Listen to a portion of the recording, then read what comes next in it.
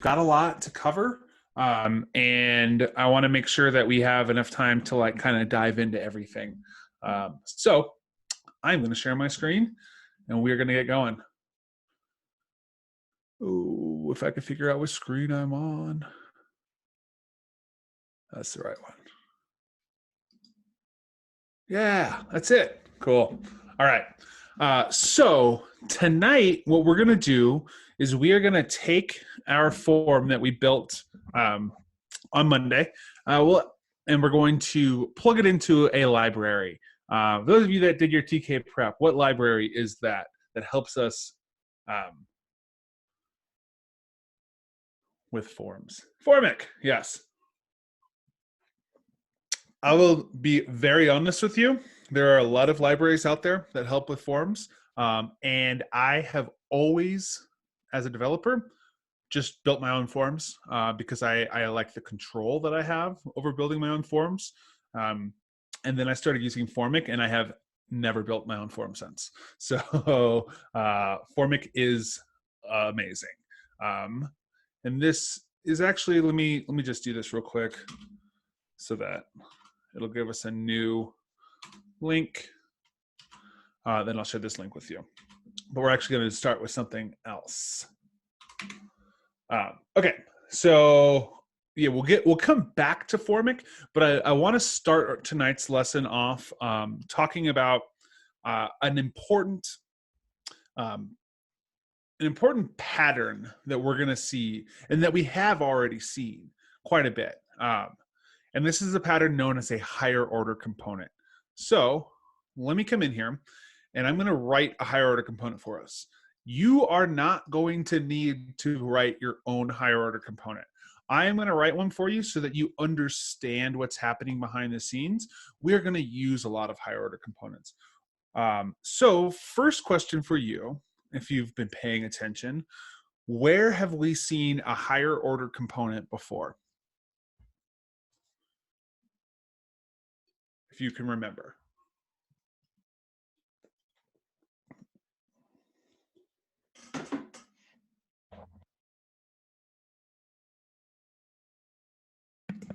Yeah. So our when we're talking about React Router, remember when we were like, oh, where's our index at? You know, oh, there's some weird stuff going on here. Okay, we're not worried about this stuff. When we said like router, right? That router, that browser router is a higher order component, right? So based on this knowledge, do you remember what a higher order component does? And if you don't, that's totally fine. We're going to go through it right now. But do you remember what it does?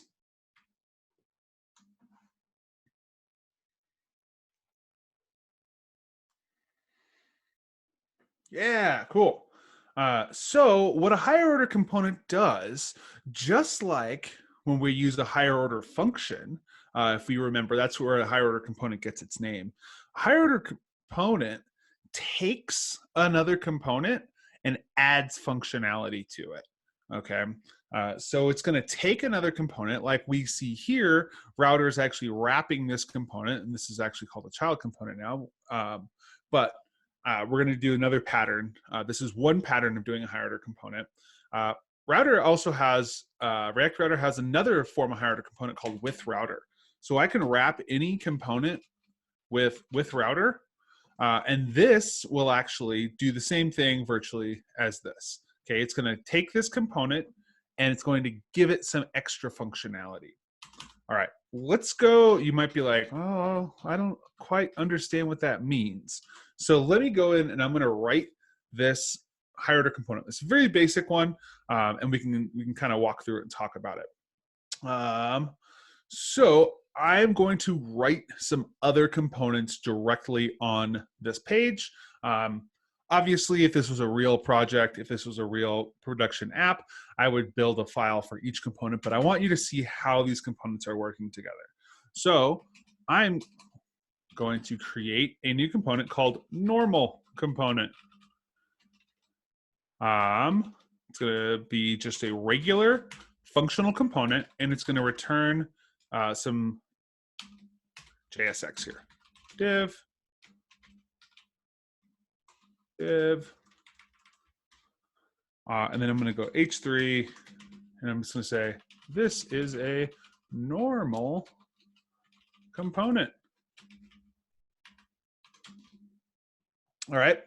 And so then I can just plug this component into my app like I normally would, right?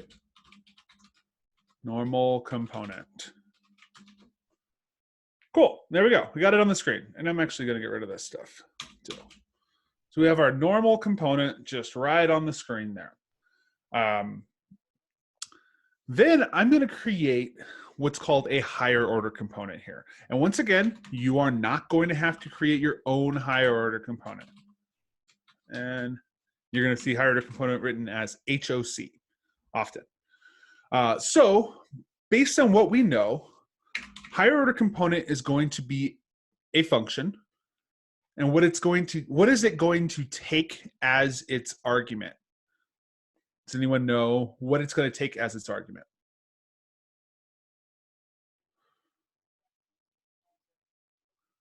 Yes, a component. So just like a higher order function takes a function as its argument, a higher order component is going to take a component as its argument. We are going to call this the wrapped component. Okay. One more reminder, you're not going to have to write your own, but you are going to use higher order components. All right. So then higher order component is going to take a wrapped component or a component as its argument, and it's going to return a new component for us. Okay, so I'm just going to return a function, and I'm going to just return some div. Inside of here, we're going to return more because we're returning a function. And I'm going to say div. And then I'm going to say h1.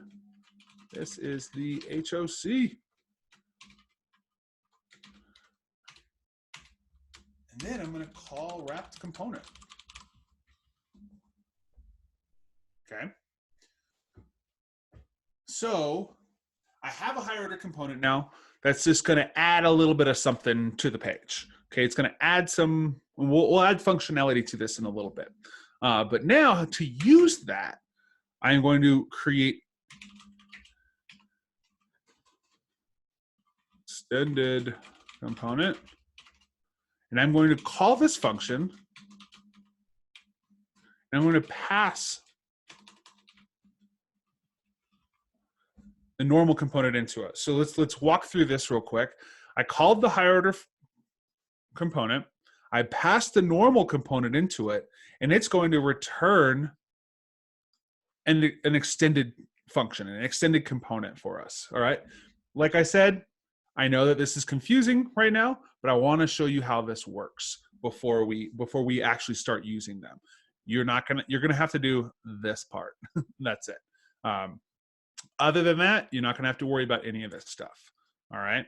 So now I can see this is a higher order component and this is a normal component inside of there, right? I'm not even putting normal component on this page. I am extending the functionality of that normal component and then using extended component. Yep, exactly. Extended component is just the stuff. Look, higher order component, or this is an HOC, is returning a functional component to us. Okay. So functional, you're like, okay, well, it's just adding an H1 to the page. That's stupid. That doesn't do anything for us, right?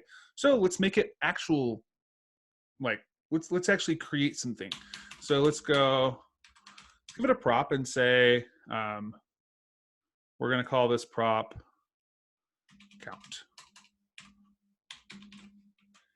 And I'm going to give this prop a count of 100 for no reason. So in here, I'm going to give this, let's go H, well, let's just do a P. P, the current count is, and I'm going to say props dot, it's not going to let me do that because I have not brought our props in. Props props.count.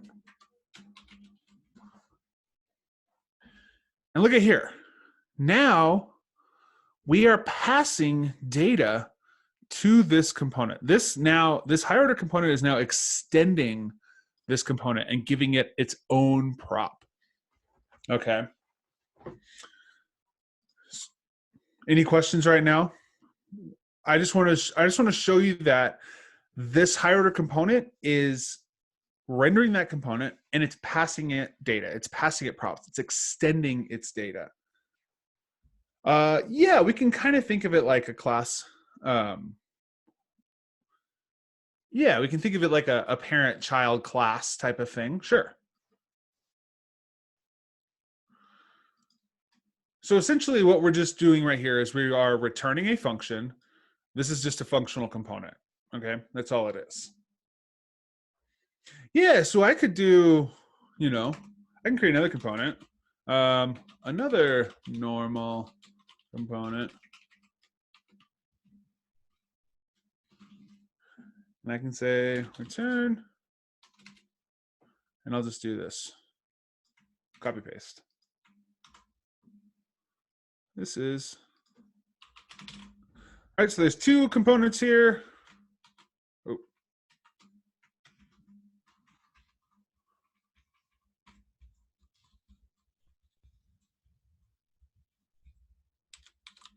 Another normal component.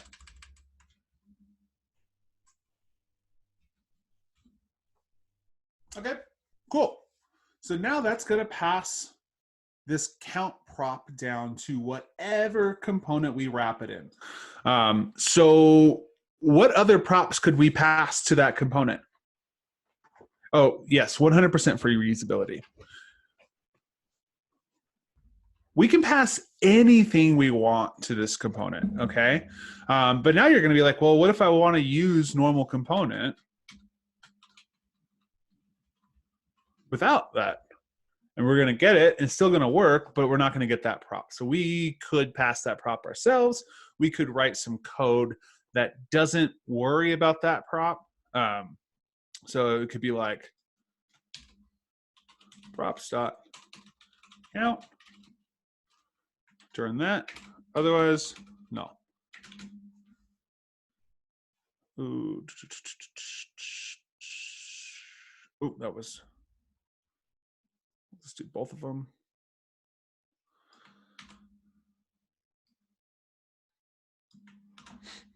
Okay, there we go. So we're not even have it if there's no count on there.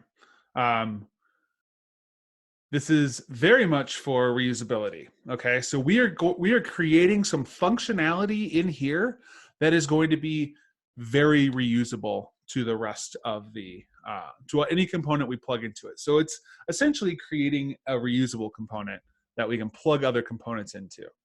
So yeah, we could give this HOC its own state, and then we can pass that state down.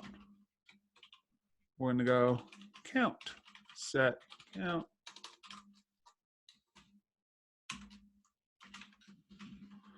Oh, I don't know why I did that.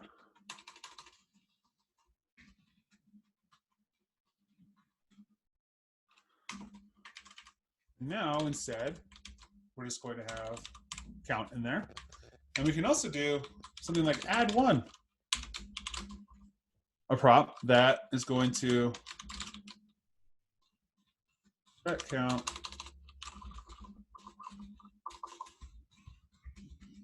plus one. Let's go. I'm going to add it on click to this H3. It would be really stupid to do this normally, but now, why am I not getting my count in any of those?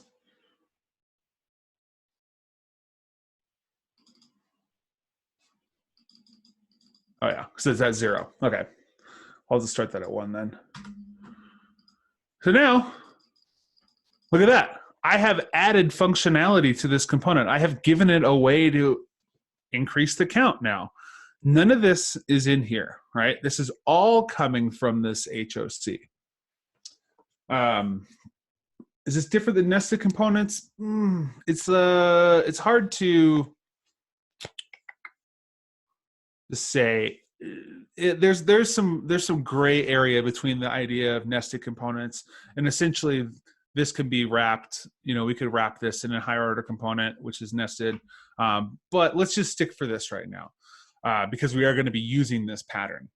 So the main thing I want you to take away from this is that by using a higher order component, we can give it a regular component that we write, and it'll give us back a component with more functionality. We have props that it's passing down. We have methods that it's passing down as props. We have information that higher order component is providing to us. Okay. Think about when we used route, not even router, route, right? And we gave it a component, and it gave that component extra props. It gave that component some extended functionality. And that's what we're really after here. Okay, so this is this higher order component pattern. We are going to be using it like this. You're going to see it written as like this. And these are the two common ways you'll see it happening. We'll use this pattern quite a bit in the coming weeks. This one we'll see every now and then, but know that these are both doing the same thing. It's taking, and I shouldn't call that wrapped, I should call that normal component, and it's giving it some data. It's giving it some extended functionality. So beyond writing your own, you aren't going to have to do that. You will be doing this, and we'll be needing to understand what's happening when we do this. Yep. So are there any questions on this pattern right now? And when we start to use it, you'll start to see it. I just don't want you to think that this is like, there's just some magic place that all these props are coming from. They're actually coming from a real functional component behind the scenes.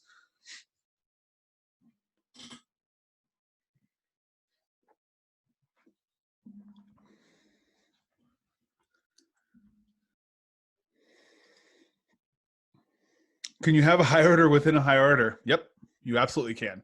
And so when we get into Redux, we'll have something called a provider that's either wrapped with router or router wrapped with provider, wrapping our app, and it just continues on. It just continues extending that functionality down the chain.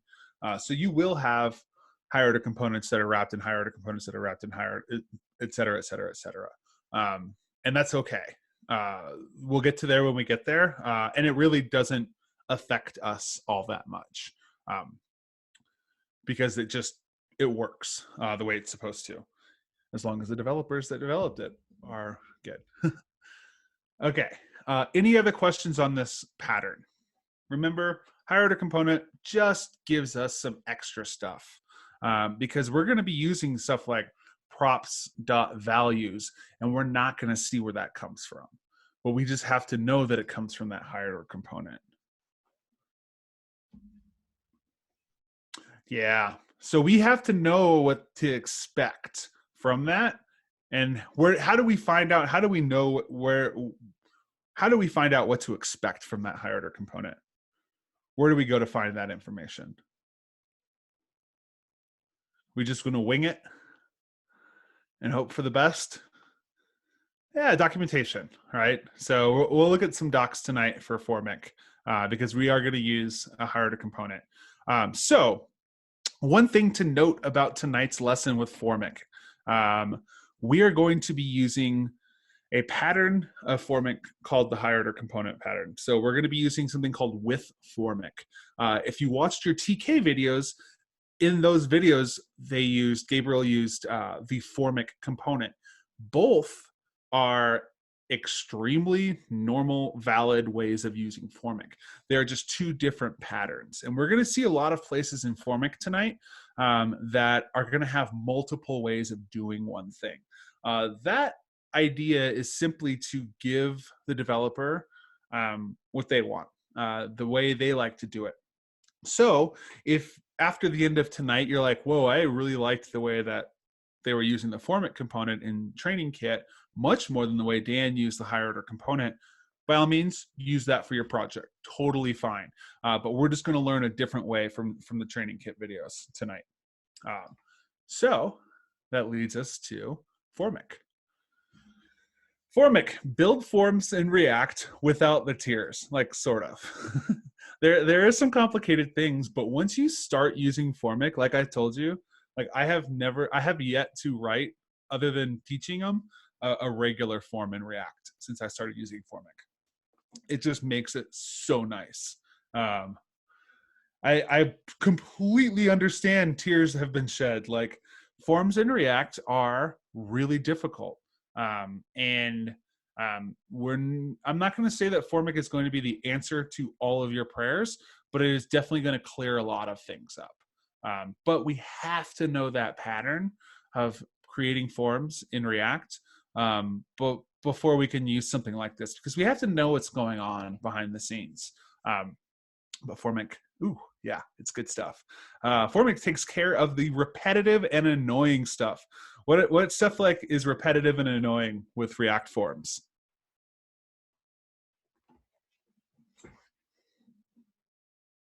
While I'm waiting for answers, Formic is its own library. So the only library that is part of React is React. Otherwise, React DOM is its own library. Everything else is its own library. Formic is not created by Facebook. It's created by Jared Palmer. And I'm not actually, yep, Jared Palmer. I'm not familiar with Jared Palmer's other stuff, but he's got a lot of stars and he's definitely made my life easier with Formic. So yeah, everything is annoying with React. Repetitive stuff, the state, the values, the inputs, the handling the changes, all of that stuff is annoying. It takes a lot of work, takes a lot of boilerplate code, takes a lot of setup. You have to really understand how things are flowing in order to really get it. Formic alleviates a lot of those frustrations.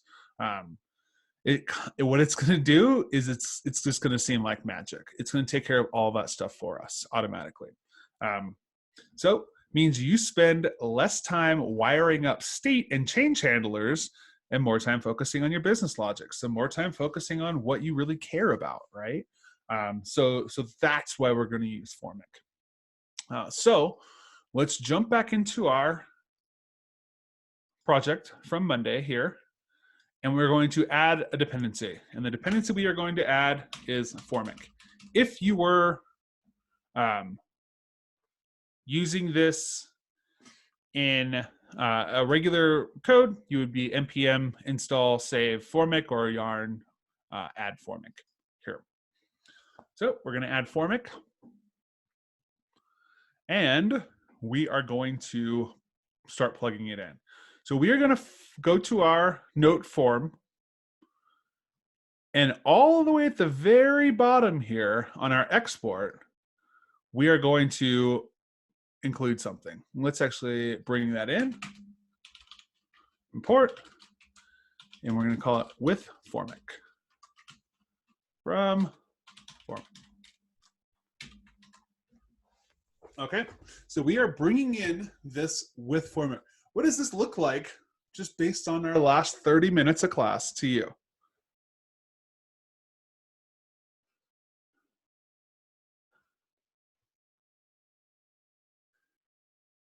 It is a higher order component.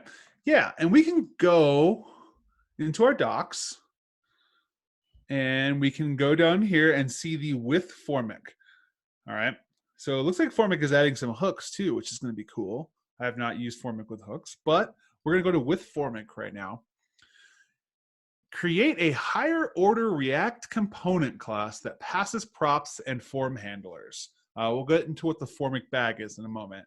Into your component. Okay, so it is going to create a higher order React component. And then we are going to pass a component into that. Okay, it is not a default export. This is a named export. And everything in Formic we're going to use tonight is a named export.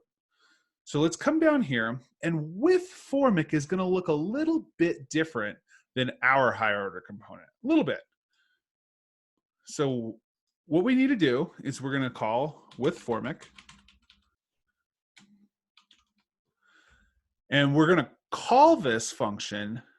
And this is a little odd, but it's something that a pattern that you're going to see more moving forward. When we call this function, we're going to give it some data, and then it's going to create a higher order component.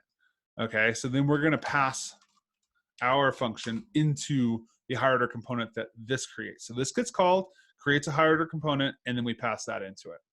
All right, we'll get there in just a moment. So coming back into our code here, let's see. We're going to see, I wish that this, okay, so these docs are not my favorite, honestly. So remember when I was like, React router docs are amazing.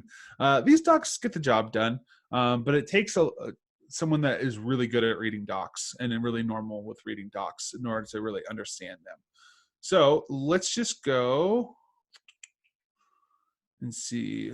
Well, with formic is going to take a single argument, and it is a object. All right. So it's going to take an object, and then we're going to put some stuff in that object. So it's going to take an options object. And it doesn't even tell you that in here, which is bugging me. So we're going to give it an object. And there we go. Now, let's go look at our props in note form. And yes, Benedict. So this is a function that is going to create a higher order component for us, and then we're going to pass our form into that, our component into that higher order component. You will see these double parentheses often when dealing with higher order components. It's just how it works. You'll know that this is the pattern and go with it. We need to pass some data into it before we pass the component into it.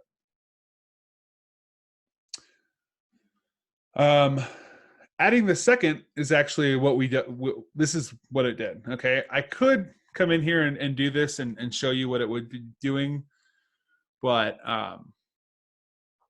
yeah, essentially just imagine that first call is creating the state and creating all that stuff and passing it to the second call, and which is then passed. But that's complicated. Just know that this is the pattern right now, and then we'll get. You can start to dive into it once you get used to the pattern a little bit more later. But let's go look at our props.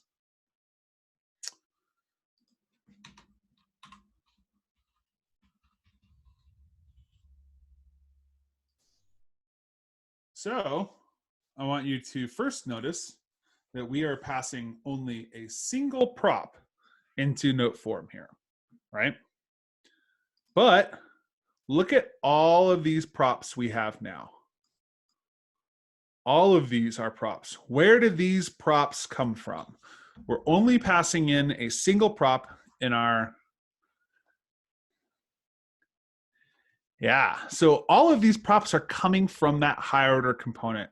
So I created a higher order component that literally passed like 2 little pieces of information, but we'll see here that there's like 25, 30 items in here, okay? And all of these are important for us when using our form here. So just a reminder, all of these props are coming from the higher order component. And look, nothing has changed. All of our visual stuff on the screen is the same. Most of the time, higher order components are not going to be visual. They are going to simply give you extended functionality. Sometimes they'll be visual, but most of the time, it's all about that underlying data logic. It's that underlying logic, that underlying functionality for it. Yeah. Okay, so let's go look at what we can put in this object. Can't even think of the word object right now. Not there yet. So in this object is going to take any of these, okay? So we can have handle submit. Ooh, we can kind of see where this is going. This one, map props to values, is going to be the most important one for us right now. Let's click on that and see what it does. If this option is specified, then Formic will transfer its results into updatable form state and make these values available to the new components as props.values. Cool. So essentially what it's saying is that we can give it some data and let Formic take over our values for us. And it'll give it back to our component as props.values. Let's go check it out. So I'm going to say map props to values. Is this, do we have to say map props to values? Can we call this in anything else?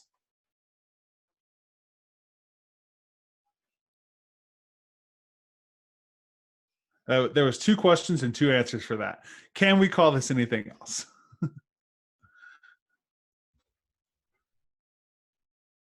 We cannot call this anything else. We have to call this map props to values. And also to answer your question, why use an HOC to get more functionality? Why not put the functionality where you want it? It's reusability. It's the fact that we can just call this and it does all of that stuff for us automatically. And we can call this 100 times on 100 different forms, and it'll create 100 different versions of its state and do exactly what we want it to do. It is just another method, another way of reusing code. That's what it's for. Yep. So yeah, we are, remember this is an object, and it is looking specifically for something called map props to values. Let's go see if there's good enough documentation in here. Of course. So to read your, I want to teach you a little bit on how to read documentation. This is called map props to values. What does that question mark mean? Does anyone know what that question mark means?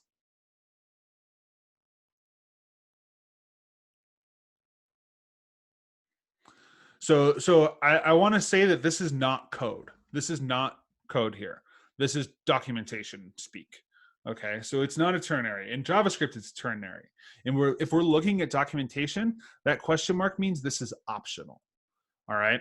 So just to start to learn how to read documentation, it means this is optional, and then this is going to mean it's a key. Okay. So what it's going to expect is its value. If we look at this, what do you think what it's going to expect as its value here?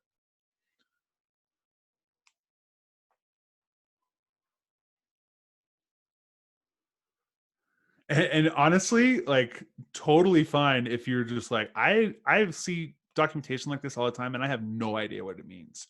That's what we're doing here. We're gonna slowly piece this stuff together. Cool. I like that. Thank you, Simone. I really do. This right here means that it's going to expect a function, okay, as its value. So let's come in here and let's plug a function in. All right, cool.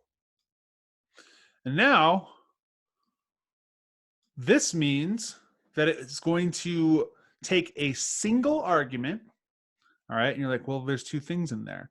So it takes a single argument, and what that single argument is going to be is what it's calling props. And we can probably find somewhere that says what the actual prop is. And then we're going to want to return values. Okay. Whew. So there's a lot to this written in this single line here, but this is how all documentation is written. All right. So it's useful to start to get these little things. If the only thing you took off from that is that question marks mean optional, you're already one step further than you were. Okay. So we're going to come into here and we are going to take a props and we are going to return values. All right. So what do we want our values on this project to be? Does anyone remember what we want our values to be? It's essentially our form state here. All right. Yep. Title and body. So we can essentially take this state and let's just map it down to here. I'm going to do that for right now.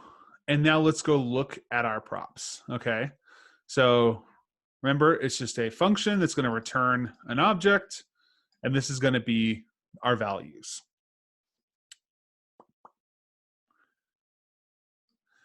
This is actually the hard part. Just so you know, after this, we're going to start deleting a lot of code. And you're going to be like, oh my gosh, Formic is awesome. Right now, you're probably like, this is dumb. This is way harder. But trust me, when we start to delete code, you're going to love it. So look at this. Props.values. There we go. We got our title and our body. So now that we have, and I'm actually going to change this to console log. Just, oh, not our form state. I'm going to get rid of that actually. Let's go props.values only. There we go. Title and our body. Where are we using the title and the body value in our form?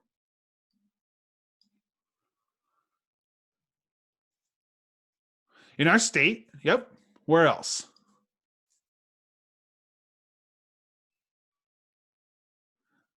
The most important place we're using it is the value, right?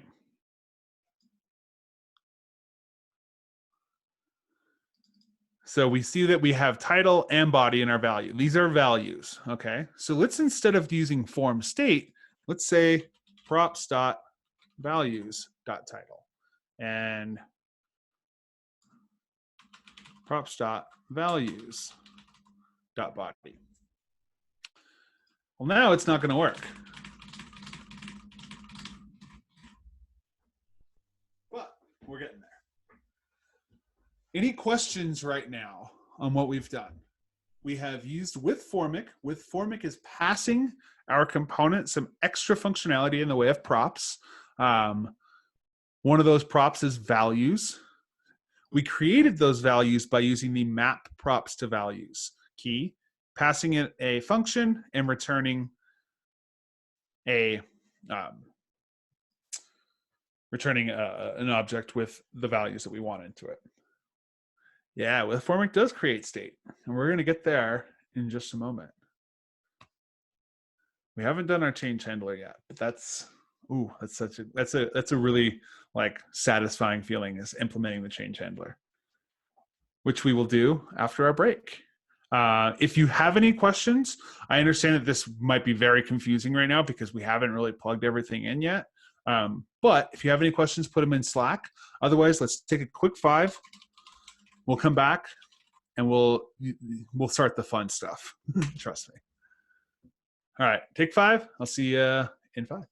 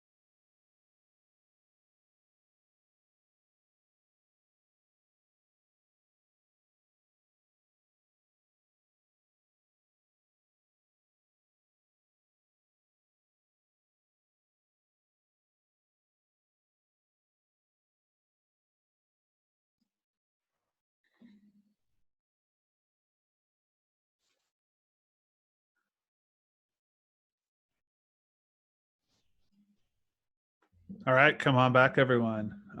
Benedict. I always like to say to everyone, especially when it comes to like we're starting to get into harder stuff right now, is that JavaScript isn't just JavaScript. If you want arcane and mysterious, go work with like PHP. But this stuff is hard. It's really hard, right? And there's a reason people get paid a lot of money to work with this stuff. It's because it's hard, and so it takes a lot of work and a lot of practice and a lot of blood, sweat, and tears to really get this stuff down.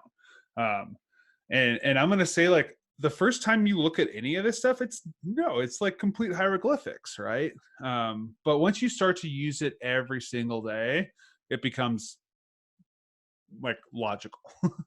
So yeah. So keep that in mind. This stuff is really hard. This isn't easy for anyone, especially your first time through it. So keep that in mind as we go, because stuff is gonna get harder. But I have a good way to think about it at the end of tonight's lesson. So let's continue going. The next thing I want to talk about right now is the name of this. The name of this is actually well named. Okay, this is a well named variable, key, whatever you want to call it right now.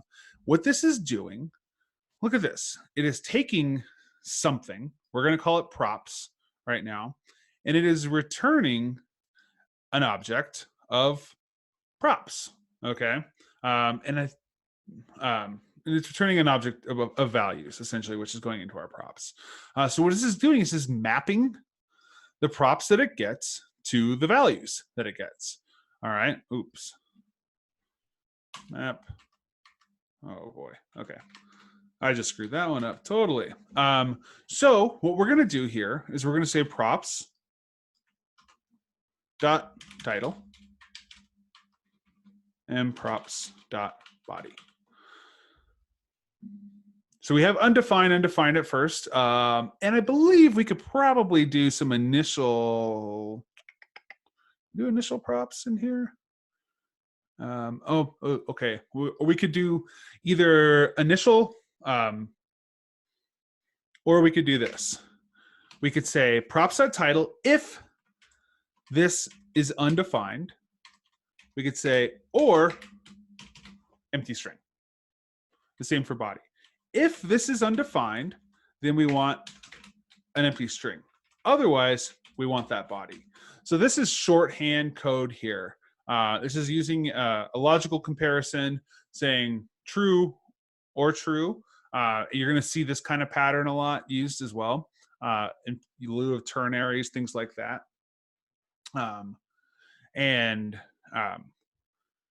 So we're gonna say this is essentially saying if this is something, then use this. If it's not something, then use that. Okay. So now we can see that our title is look what we want. All right. Okay. Whew, that is it for map props to values first. Now we do not need to touch this any longer. All right. Now we need, still, it's not updating for us. How can we make it update for us? Anyone have any guesses? How we make this update for us? Maybe we do something like change handler in here. Maybe something like that. Let's go look at with Formic and notice that we have handle submit, but we don't have a handle change anywhere in here. That's odd. But if we look at our example here, we see that the props that it gives us, there is a handle change in those props. All right. So let's go look at our props again. And notice that there is a handle change in our props. Well, this is a function. How do we write it? Let's go check it out and let's go plug it in and see what happens. We're gonna go props handle change. Okay, for a change handler. And just notice, oh, I wanna come back over here.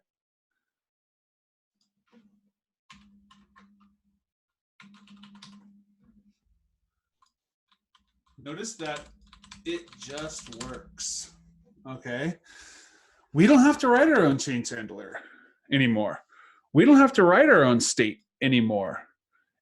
It works. How does it know? Question for you all. How does it know? How does Formic know which value to change?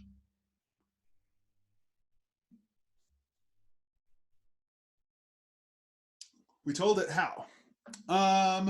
No, because the mapping is only giving us the values themselves. It's not actually changing the values. Yeah, that name attribute. So, very, very, very important. If that's not the same name, it's not going to work. We're going to have something else called that in there, but that's not going to work. Okay. Our name has to match what we called it in here. All right. So that is very, very, very important for you to understand. The name attribute in our input has to match what we call it in map props to values. Otherwise, it isn't going to work. And if it does, then yep, we got it. So now we can come in here and delete all of this code. We can delete our state, don't need it. We can delete our change handler, don't need it. We'll leave our submit handler for just a moment, but we'll get rid of that for a second. So all of that state, all of those change handlers, all that stuff, we don't have to write any of that stuff anymore. We don't have to worry about what the computed property of e.target.name is to the e.target.value. All of that stuff, Formic takes care of that for us. Pretty sweet.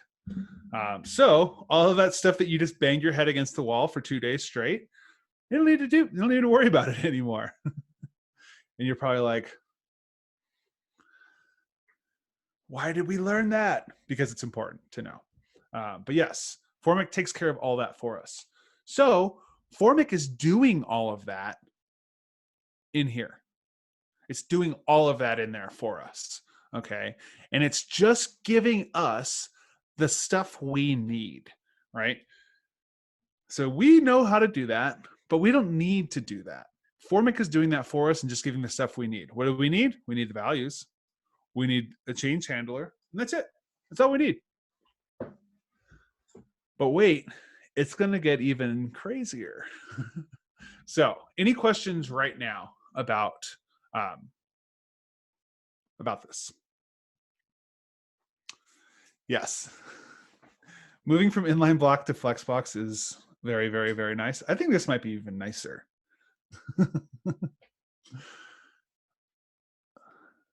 Questions.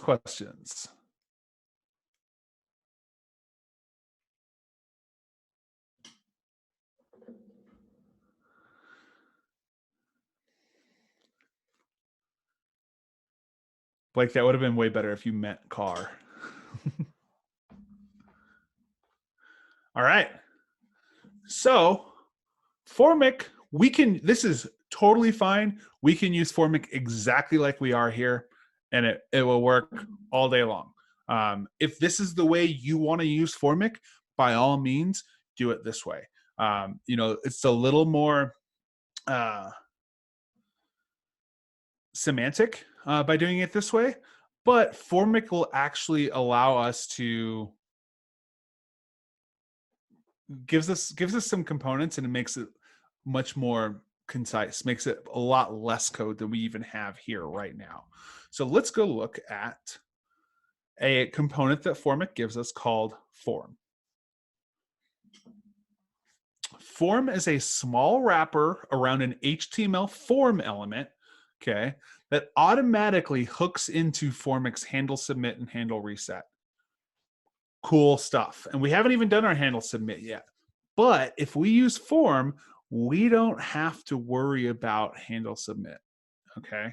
So let's go bring form in.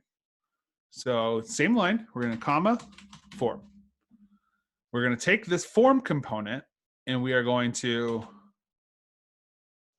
replace our generic JSX HTML form with this form component, and then we can take that on submit off.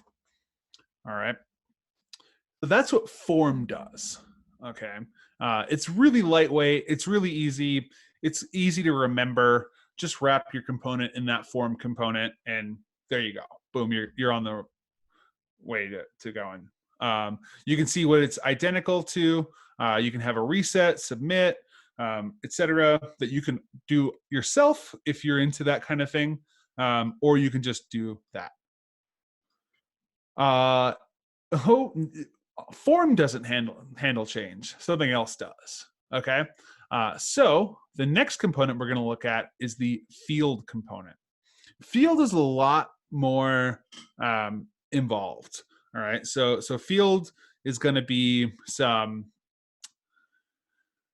Yeah, there's going to be a little bit more stuff to going on with field than form. Form just wraps it in a form and takes care of handle submit for us. Field is actually going to automatically.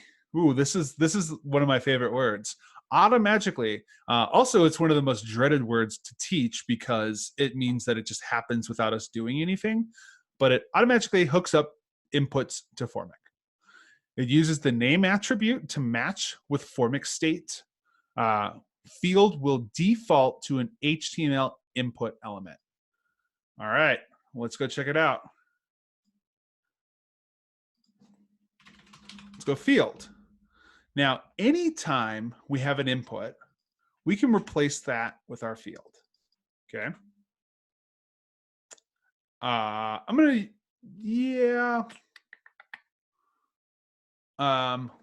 hold on for a second right there. So we can do a lot of stuff. So field is going to automatically hook into Formic. So value, don't need it. On change, don't need it. Oop, we did delete the one thing we do need. Value, we don't need. On change, we don't need. Type, we don't need. Placeholder, we need. And name, we really need. So what field is going to do is it's going to use this name attribute to automatically hook into the props.values and the handle change, and it's going to take care of everything for us. So now this works exactly like we thought it should work. We don't need type because type is automatically a text. So field is, we can see, field defaults to an input element and input defaults to text. So if we were using something like checkbox or something like that, we would do the type on there.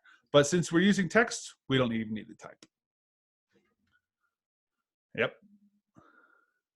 Yeah, input just automatically defaults to text. So we were using it as more of a semantic thing, but there ain't much in the way of semantic stuff going on with form. When you use a library like this, the whole goal is to reduce your footprint on here.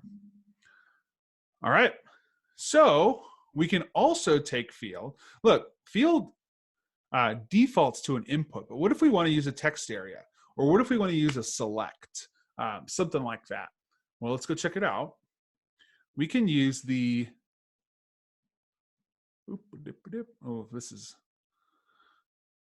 we can use the as prop. So we can say field as something else. Let's go look at as input select text area of any valid HTML element name, or we can put a custom React component in here. So if we have like an input that we have done a bunch of styling to, and we've created its own component, we can plug a custom React component into it. Look at this. We have custom component here, and we can say as custom component. We're not going to deal with that right now. we're just going to use the as text area. So let's come into here. Let's go field. And we're going to say as text area. And we can get rid of on change and value. We can get rid of the type. And look at that. It's taking care of all of that for us. So we got rid of all of our state, our change handler, most of the even having to plug it in to the inputs. We don't even have to worry about the value or the on change or anything in here any longer if we're using field. Yep, so it's a text area, so it's still going to have the text area stuff to it. So Benedict, I want to make some differentiations on this. As tells us what element we want it to be. Type tells us what type of input we want it to be. Okay, so they're two very different things. As is a formic prop. Okay, we are passing a prop to this field component and giving it the text area value. Type is an attribute. It's an input attribute. Yep. Text area is a different element than an input. Okay, so yes. So input does not equal text area. Two different elements. All right. Yes. And we can still give our field like all of like, you know, text area takes all those like rows and columns and size and all that stuff. We can still give that to field. Okay. So I want to add another element on here. Let me go look at some. Maybe that's not the one. There we go. So I want to add let's add a couple more fields here. Let's go. This is going to be important in a minute. Let's go email. We're just going to say you need an email to log in. We're going to call that email. And then we're going to say, please enter your email. And then let's put another field down here as a checkbox. Let's put it at the bottom, and then we'll say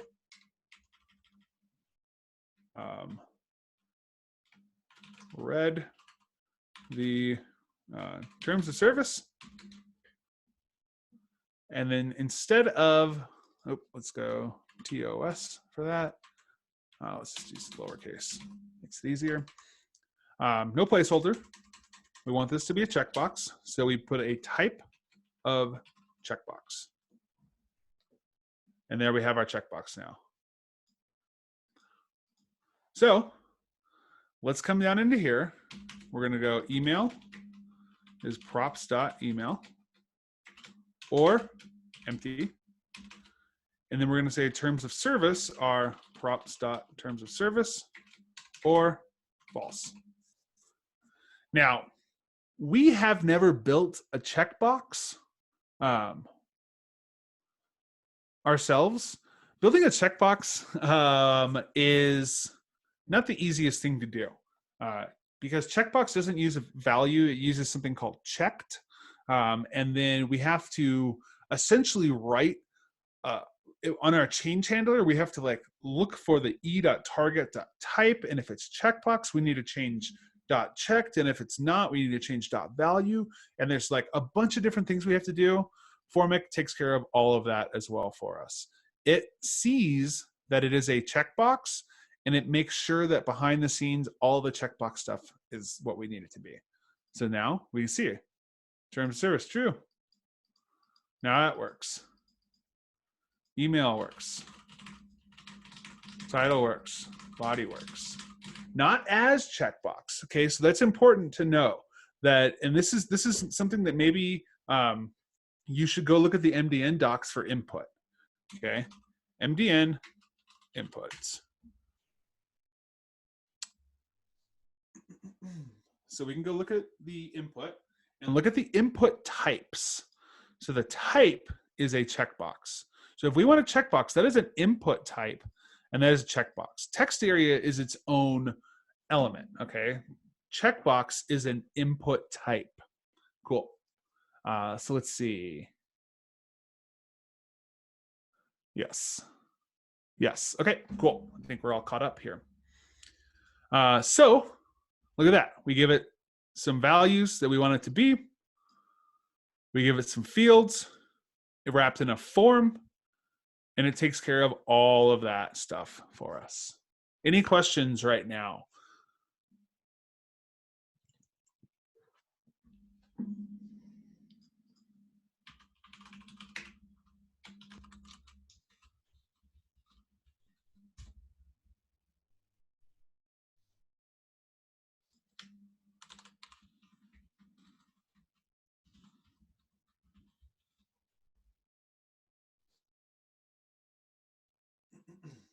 I'm not sure what you mean by label without a label. We will be building our own submit handler in just a moment. That'll be the last thing we do tonight. But let's see. I don't believe Formic has its own label. It might. Does field take a label? No. So we need to give it its own label. And I don't know why they haven't given them any labels in here. That's kind of annoying. But no. So we just need to give it a label. Yep, regular old label. And we still do HTML4 to the name. Yep. Yeah, there's no functionality with the label, so Formic doesn't want to step on toes and say like Formic does what it does well, and it doesn't want to extend its functionality. It doesn't want to extend it beyond that. When you get to the label stuff, now you're talking more about visual things or accessibility reasons, but it doesn't really have anything to do with the functionality of the form. Okay, quick poll for you. So far, what do you like more? Regular old React forms or Formic? And there's gonna be some of you that like React forms more. Like I said, I've used a lot of form libraries in the past, and this is the first one that stuck with me because I like being able to control my inputs. I like to be able to have like a lot of say over very small details. Also, taking something like Formic on means you now have to learn another library, So, yep. But I like Formic and how lightweight and small it is. You give it the information it needs and it takes care of everything for you.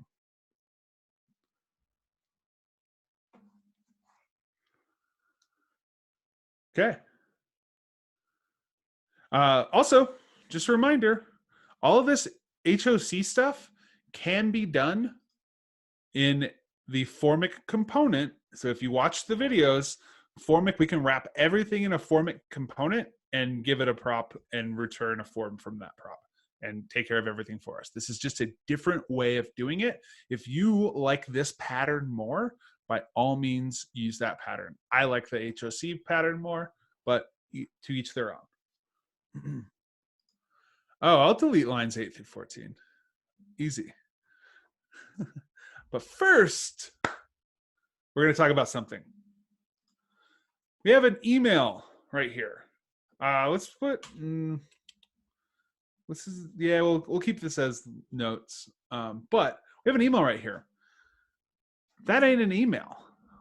I want to check to make sure that the user has input valid information into the field that it's I'm asking for it. Okay. So maybe title is required, and before they click create the note, they have to validate this. Okay.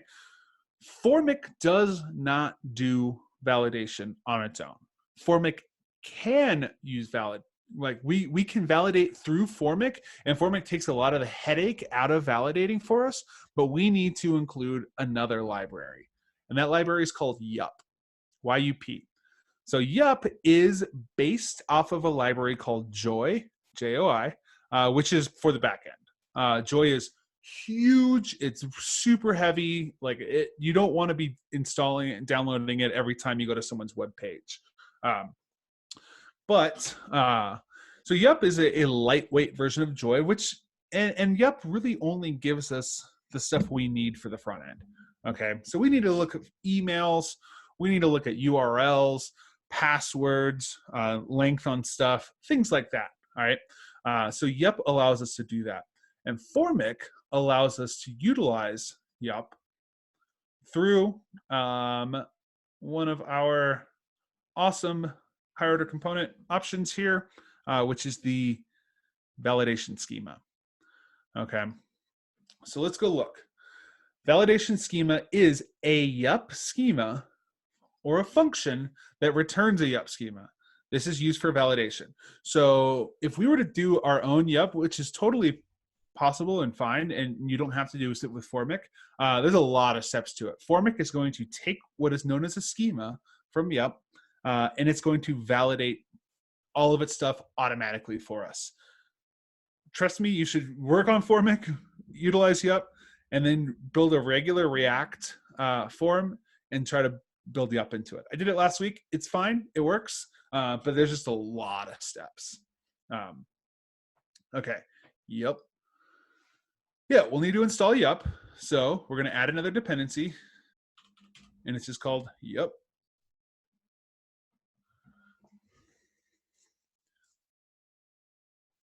All right, we've got it. And then there's kind of a unique way of installing YUP here. So we're going to import, and we're going to say asterisk as YUP from YUP. So essentially what this is doing here is this is installing all of our named fields. Okay, so all of our named imports, it's installing, and we're calling that YUP. All right. Oh, if you think this is a lot of dependencies, wait till you see a real production app. Yes, so that's what it's doing right here. So Benedict is right. So we don't have to write everything out here. We can grab all named dependencies with this pattern. You use it as you want.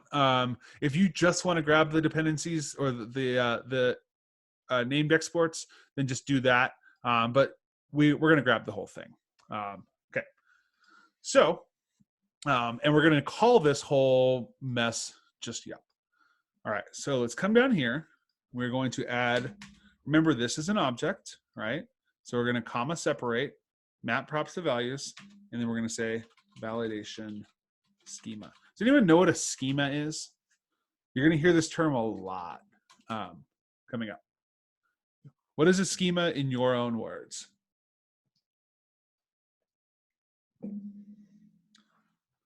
Yeah, plan for a database. We'll see some other people typing. I want to see what they say. Blueprint, a system. Yeah.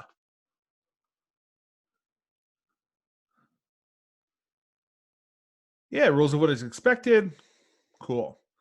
So yeah, what a schema is essentially, and there's probably this is in my own words, there's probably a really much better way of saying this, but it's just how the data should look. And we use schemas a lot with databases, and when you get to the back end, you'll build schemas yourself for your database and in your data in that database. But really, it's just like a blueprint for our data, how the data should look, what the form of the data is going to be, the shape of the data, the diagram, etc. Yes, it's everything. So a schema is essentially a mapping of how our data should look. Okay, and what we're going to do here is we're going to have a validation schema. So essentially, we want to tell Formic, hey, you're going to have these values. They should look like this. Okay, so let's go and check out YUP. So Yup has a ton of functionality. We really care about. Let's go. Not quite there yet. Our schema. Where's our schema at? Okay. We care about this pattern here. So the schema is going to look like this. All right. We're going to say yup.object. So this means that whatever the data is, it is going to be an object. Beyond that, we're going to say dot shape. And dot shape means this is what the object is going to look like inside. Okay. And we can then create what we want the object to look like inside. So let's just take this part for right now. And actually, they use a lowercase yup. We're going to use an uppercase yup, but otherwise it's the same. And let's come into here. And then what do we need? We essentially need this stuff right here, right? Okay.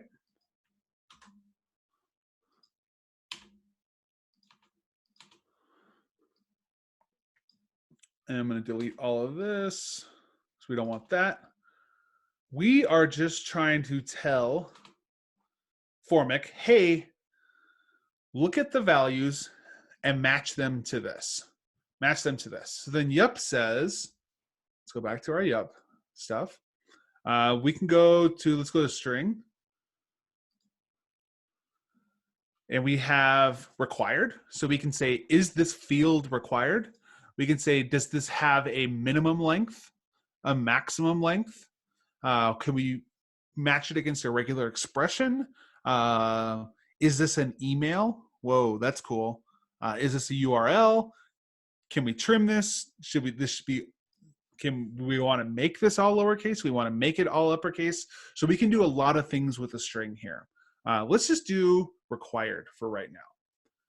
So we're going to say title is yup dot string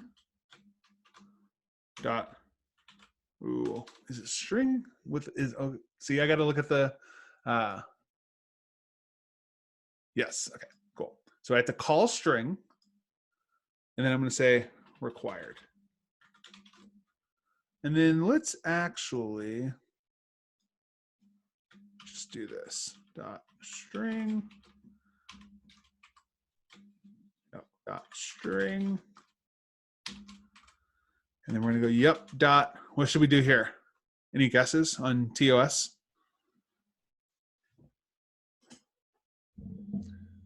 Yeah, it's going to be bool. And I think yup takes both bool and boolean. And I believe they say that at the very top.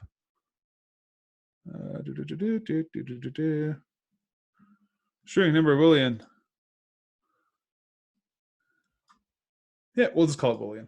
I believe it also takes bool, which is kind of a classic schema way of writing it.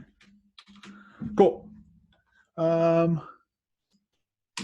right. So now we see that that's there, and I'm going to click off of it, and nothing's happened, right? But something has happened. Because we focused this input and then clicked off of it, Formic actually ran this validation schema, and it gave us the results of this validation schema. All right, and it gave us the results in our props. So let's look at our props again. I'm going to open this up and click into here. Remember, this is required. Title is required. So if I focus this input and then I unfocus it, it's going to run the validation schema. We see that has happened. Let's go look into all of our stuff. There's two main things that we really want to focus on here. We have an errors and we have a touched. And notice that in both of them, errors, we have errors is an object, and we have a title key, and we have an error. Title is a required field. We also have title as in touched, which is true. So that means touched means we touched that. We focused that input, period. If we wrote anything, if we did anything, we have touched that input. So that's true. And it's not going to run the validation schema on that input unless it has been touched. So then we can see in our errors that the validation schema has been ran, and we have an error for title. Title is a required field. We said it was required, right? And now it's telling us there's an error. So now let's go. Let's touch it again. And let's type something in there, and then we'll come out. We'll see our last one. Errors is now empty. There's no error in there any longer. All right. So we can utilize these. And I've got to, I'm going to create a little P down here, and let's go class name. I'm going to call this error. I haven't written this out yet, so I'm going to do this with you. And we go, this is error. Okay, I'm going to come into our styles. Let's just go dot error, color red, font size. I'm going to use pixels because we haven't set rems up on here. And then we're going to go margin of 5, 0. Okay. Ooh, I don't like that margin 5. What?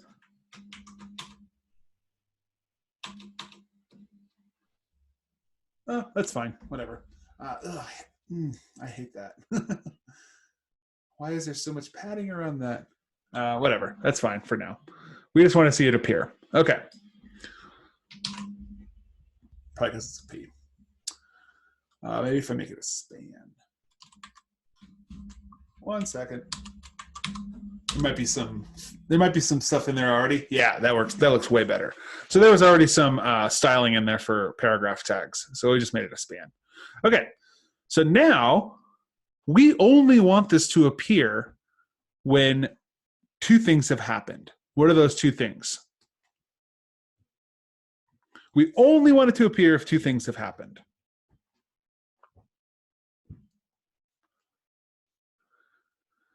If it has been touched and if there is an error. Sometimes there will be, though the validation will be run on an input before it is touched. Okay. But we want to just make sure that, just to not annoy our users, that they have actually touched it, right? We don't want this to just appear like here for no reason, but also that there is an error there. When there is no longer an error there, we want it to disappear. So we can use JavaScript. There's our C's and curlies. And we're going to say, and I'm actually going to get rid of props here. And I'm going to destructure props.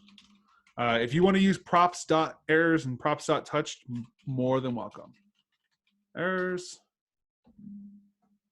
And I'm going to say touched.title and errors.title.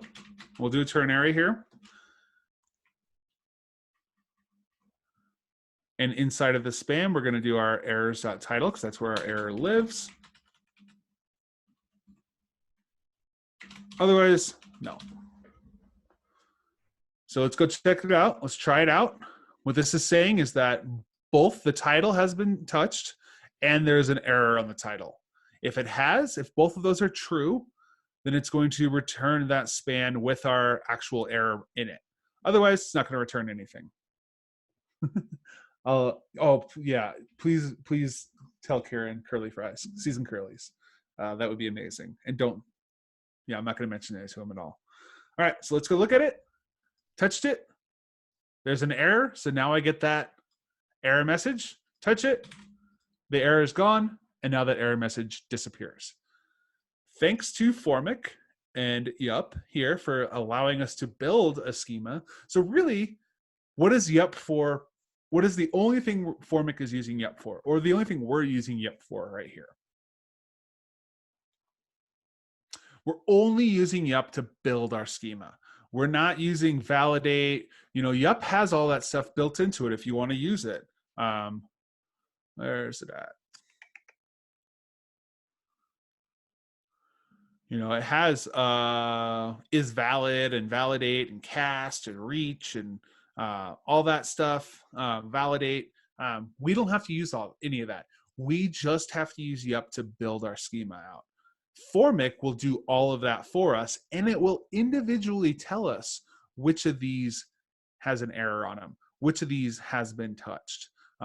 So you can see how Formic actually I really wish that we had to build a whole Yup validation thing before you saw this to see how difficult it was.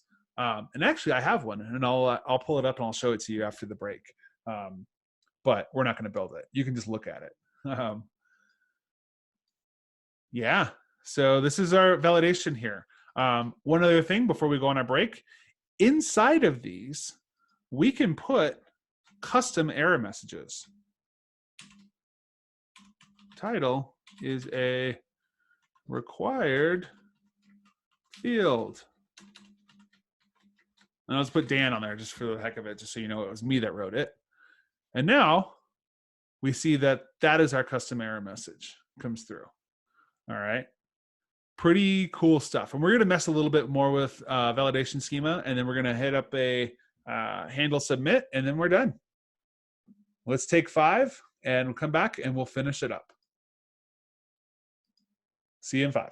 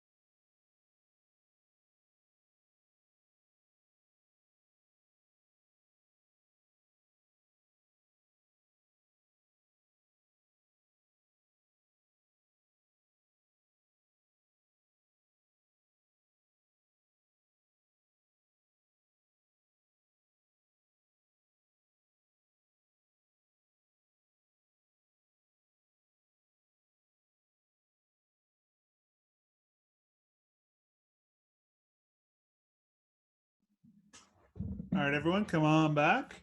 I wanted to show you a form that I had built this week without using Formic and with Yup instead. So this is what it looks like to build a form with just Yup and no Formic. You have your form schema, you have your state, you have your error state that you have to build yourself. You have an effect that checks your schema if it's valid every time it's updated. Then we also have, this is our change handler now. So we have to create all of this new state. We have to check to see if it's a checkbox or not. If it is, make it checked. If it isn't, make it a value. We have to then go into Yup schema to look for the target name to make sure that that's valid. If it's not, then we're going to set the errors to the name of the error that we gave it. Otherwise, like just this is how you create a form with using Yup and errors and error handling and validation without using Formic. Or we can do this just as easily. So yes, if you're doing your own validation, Yup reaches for going into Yup into the schema and making sure individual items are valid. Formic does that for us. We simply use Yup to build the schema. Formic does all of this for us and more. This is very simple compared to what Formic does for us. Okay. All of this. Setting errors. I didn't even do a touch on here. I should have had a touch state as well as an error state. So yeah, just to show you a quick, and I'll give this to you too. You're more than welcome to check it out if you want to peruse through. But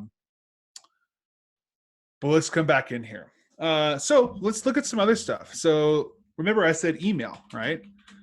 If I go into my Yup docs, I can see that under the string, I have an email. So I can say email, and it's going to say validates the value as an email address via regex.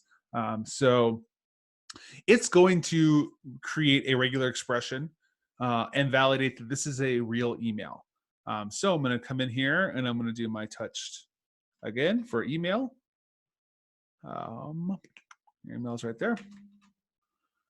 Instead of title, I'm going to say email. And then I'm going to say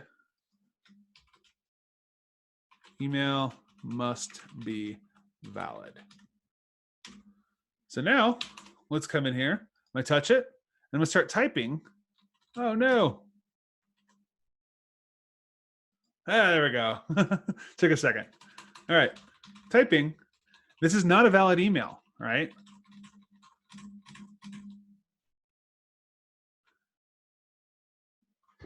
Is this more secure? How do you mean by secure? Say at something.com, and now that's a valid email.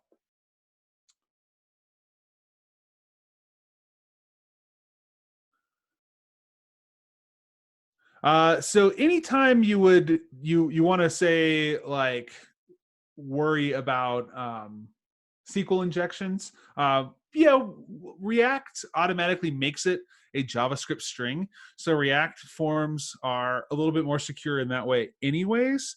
And then a lot of that should be done on the back end as well, as far as SQL injection stuff goes.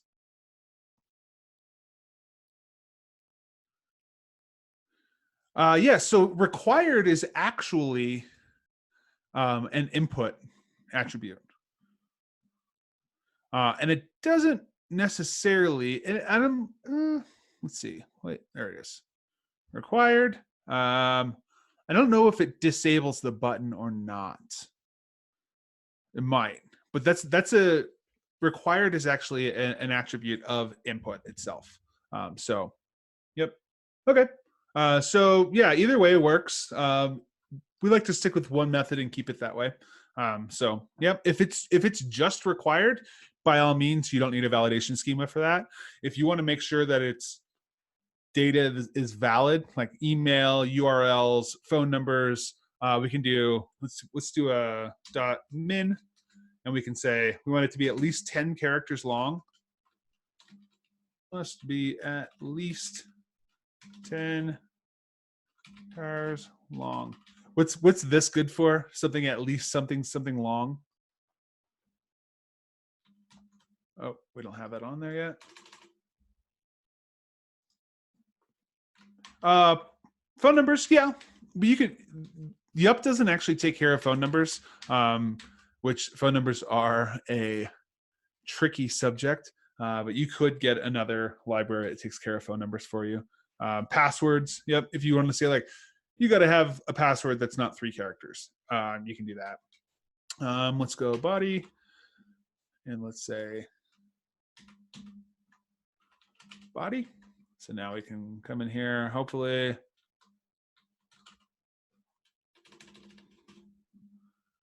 Body, come on. There we go. Must be 10 characters long. And once it is, yes, because it wasn't touched yet. Okay. And then we could say required on that, etc., all the way down. Any questions on that right now? On our yup stuff?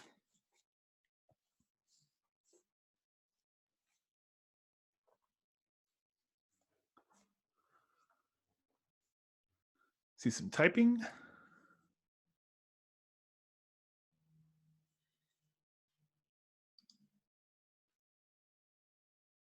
Yep, touched is a prop that comes from Formic. Touched, errors, value, handle change, all that stuff comes from Formic. I did not define touched. That comes from Formic.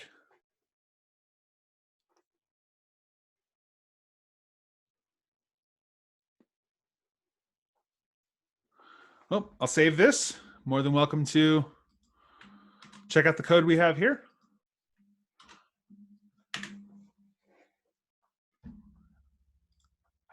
If you are destructuring your props, you must put those put them in an object and destructure them. Otherwise, just use props.touched or props.errors. If you want to require something else, yeah, you just keep adding it. You can chain it on. So we can say dot required. Oh, the cool thing too is that each of these has their own error message. So if we want to say it's required, and it also must be an email. Oh, you see, why did must include email pop up, but required didn't? Oh yeah, no, we got it. Okay, perfect. And now we have email must be valid. I'm like, oh, okay. So now we have 2 different errors there. So yeah, each of these will take their own error message. And I would always write your own error message, because the error message that comes from Formic and Yup, they're like all lowercase. They look not great. And just write your own error messages.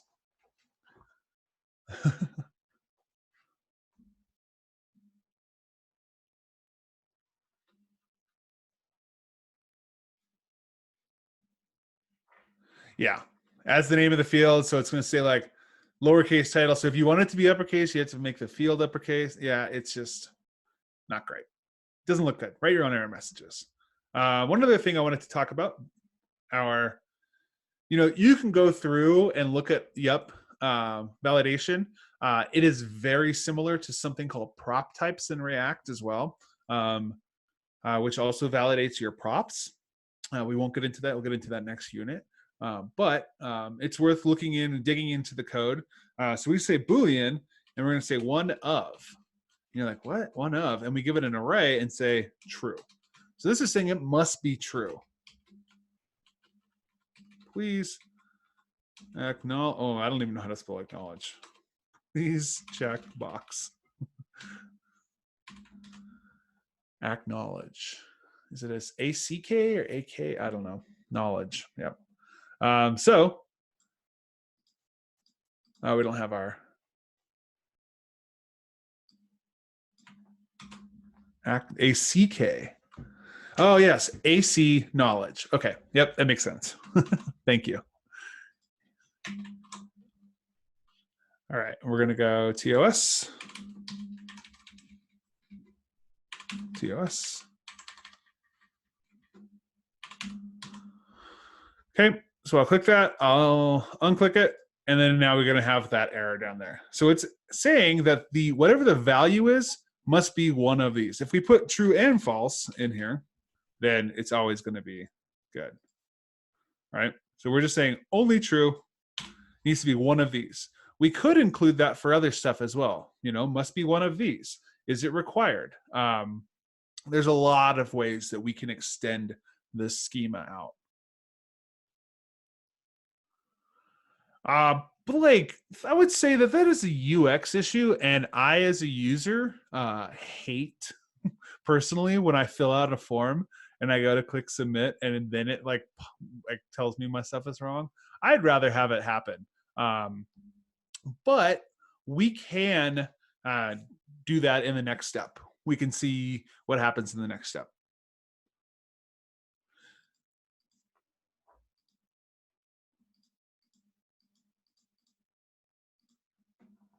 Yep.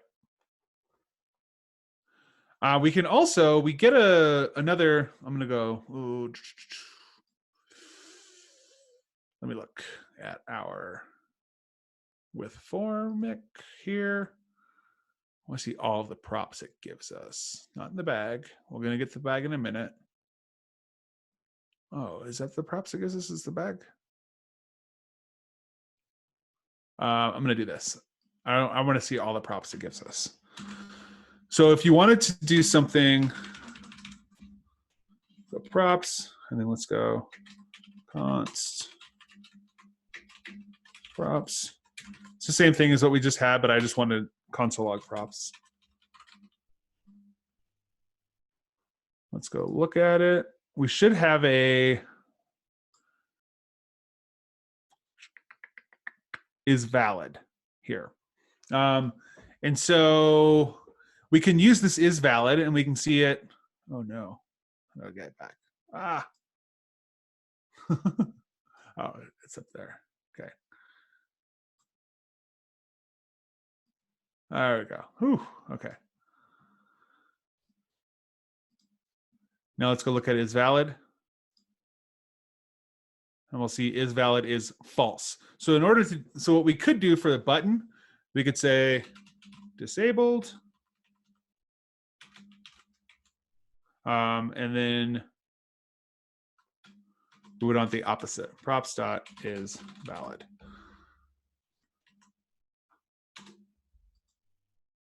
So that should disable our button if we had disabled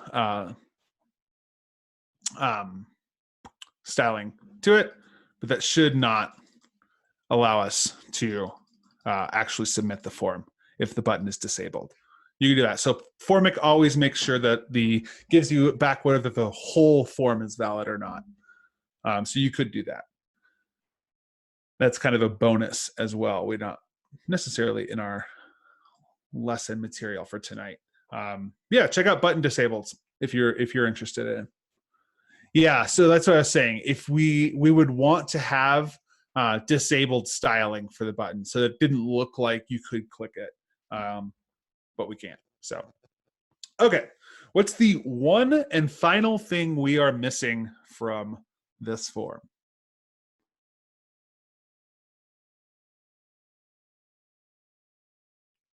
Doesn't submit anything. It doesn't do anything, right? So let's go look at with Formic again, and we'll see that one of the options we can give it is handle submit. Cool. So handle submit.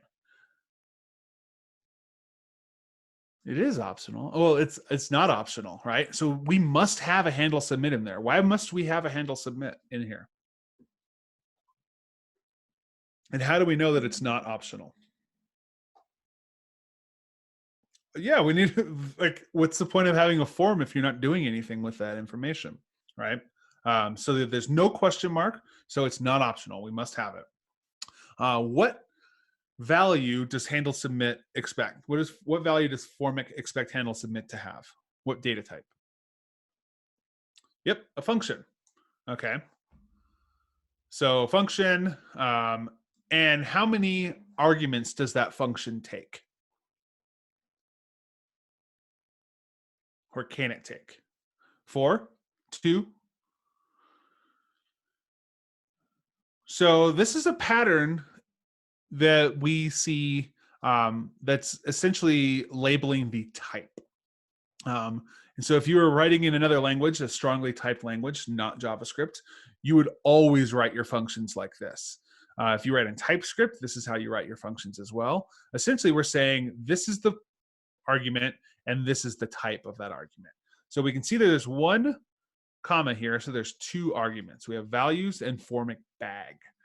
And let's go into bag in just a moment. So let's come and write our handle submit, the first part of it. Handle submit. The function takes 2 arguments, values and formic bag. And let's go and just console log the values. We're going to say values.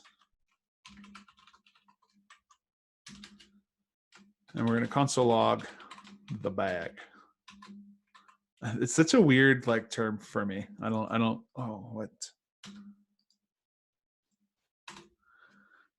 I don't know why they called it bag, but we'll see what it is. The bag of tricks, essentially. Okay, so let's come in here. Let's make this work. Click all our stuff. Must be 10 characters long, of course. Click it, and let's hit this submit. Do you think that we are going to get these console logs here? We have simply written a handle submit into our with formic. We have not plugged it in anywhere. Do you think we're going to get those console logs here? Yes, yes, no, yes, no, hope so. No. Ooh, okay. Well, it looks like we're about 50-50. We did. We got the console logs. Why did we get the console logs? Yeah, because this form component does the same thing that the field component does in that it automatically hooks it up to our props. So automatically it's going to handle our submit for us. As long as we write that in here, as long as we have a handle submit in here, it's going to take care of all that for us. Cool stuff. All right. So we don't need to explicitly tell it what the submit should be. So let's go look. We have our values.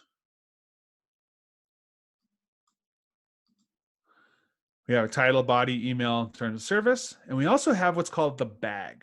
Okay, and the bag is a bag of tricks. It's a bag of goodies that Formic is giving us. So the bag includes the ability to reset the entire form, which we would want to do after we submitted it, right? We have the ability to validate the form once more. All right. We have the ability to set errors explicitly, set field errors, set field touched, set field values. So we can go and explicitly do all this stuff, set our status, which we'll see in just a minute, and then set touch, set values, submit form, and props. Props is important for us right now. What do you think props is going to be?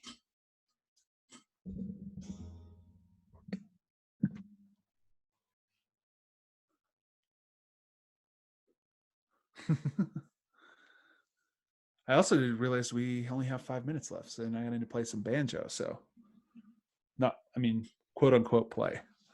But what do you think props is going to be here? What relation? What do you think props is in relation to?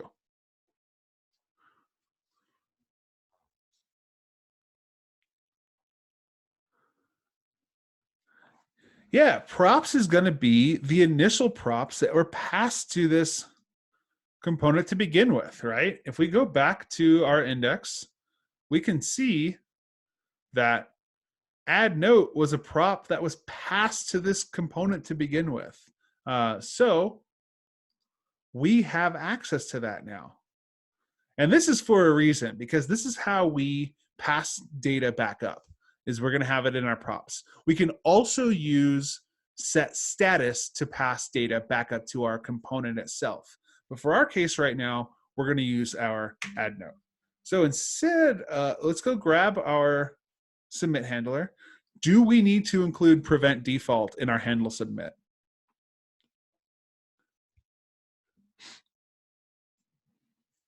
Nope, we don't. Because it does it for us. Formic already understands that this is a form and we don't want the default behavior. We're going to grab this. I'm going to delete this. We're going to come down to our handle submit.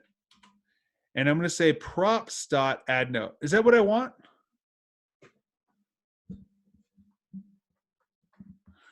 Benedict knows because Formic knows that this is a React. This is for React, and so it just does it automatically for us. Yep. On all through, like, down to the base stuff, this is just a regular HTML element on the DOM. So we can't just say props because we have to reach into the bag to get it. So we're going to say formic bag.props. And not form state. What is this supposed to be? Not form state, but our values. Yeah. So remember, values was an object. Okay.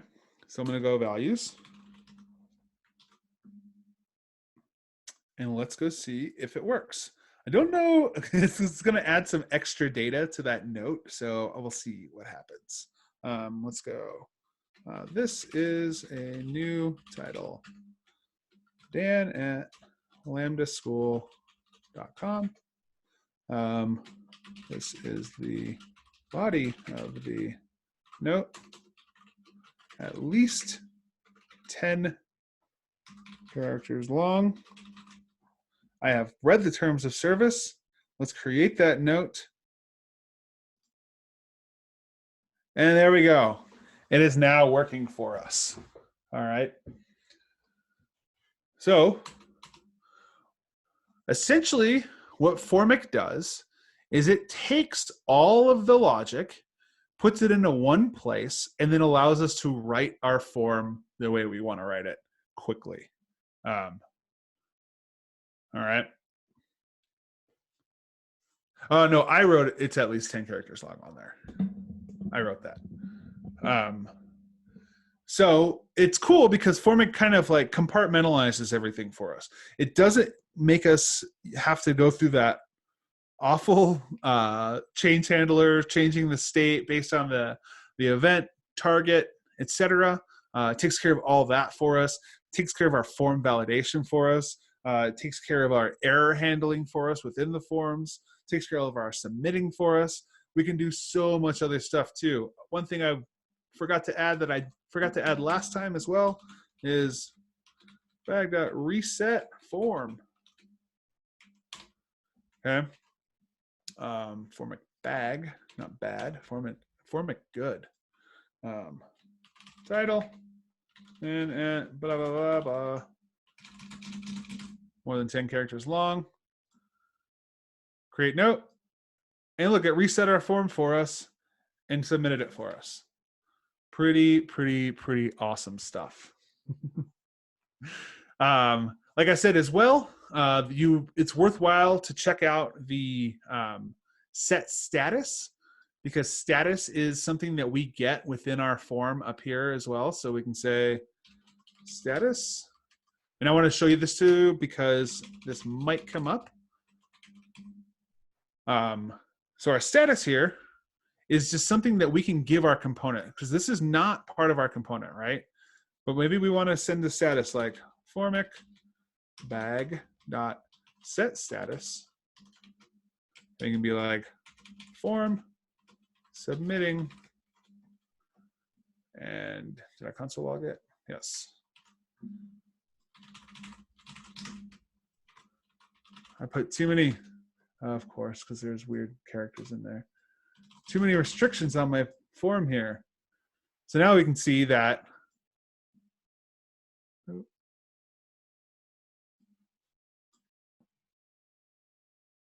Where's our status? Why is our status undefined? Oh, there we go. Form submitting. There's our status. It's form submitting, and then once it goes back to normal. So we can pass data up to the component via the status from the bag. So we can pass objects, we can pass arrays, we can pass strings, we can pass anything. And that might come up in some of your stuff. So keep that in mind as well. But that's it. That's what we got for forms. That's what we got for unit 1 or unit 2. Sorry. Yeah, it's unit 2. You've learned React. We are in the middle of it all. With this, you can create a real working web application. Sprint challenges this weekend. Yep. And then build week starts next week. So that is it. That is what I have for you tonight. I would like to congratulate all of you for getting this far. Like I said earlier, this is not easy stuff. This is really hard stuff. There's a reason that they pay people a lot of money to work with this stuff professionally, because it's hard and it takes a lot of skill and it takes a lot of time and it takes a lot of practice and patience and banging your head against the keyboard and crying and having aha moments. And it takes all of that to be able to do this. If this was easy, you wouldn't get paid that much to do it. So keep that in mind as we're going through it. I also want you to take a step back right now, and you might be like completely overwhelmed by all this form stuff. You might be like, I'm so lost. I want you to take a step back and think about where you were 6 weeks ago when we started this, where you were when you had never even seen a line of React written before. When we were learning, you hadn't even learned about the DOM yet, okay? And I want you to really appreciate personally how far you have come. Like I always tell you, and I always tell everyone, do not compare yourself to other people, only compare yourself to yourself. And I want you to just appreciate how far you personally have come. You might not be the best React developer. This might be super confusing to you still, but just think about how far you've come. It's pretty awesome stuff. And you've got a long way to go, but you've also come a long way. You're halfway through the web portion of this entire program now. And just think of the cool things ahead. And if you've already done this much stuff to get here, think you got another half of it to go. It's pretty awesome stuff. I can't wait to see what you all build, and really just appreciate it yourself. I don't think we take enough time as learners to step back and be like, oh, I did learn a lot. I do know a lot more than I knew before. I might not know it all, but I know a lot more than I did before because I worked my butt off and I practiced and I got there. So have a great build week, everyone. All right, you're going to hear some really bad banjo playing.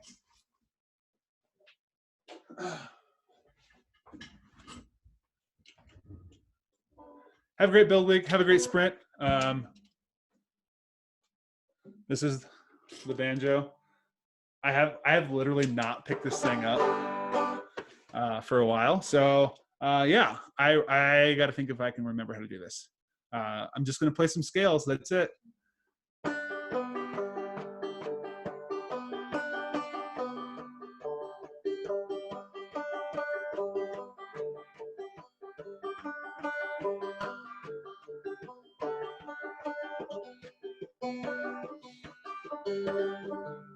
I suck.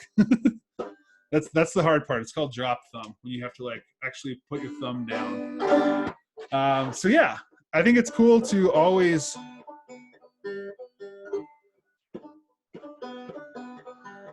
have something that you're learning. Always be a beginner at something.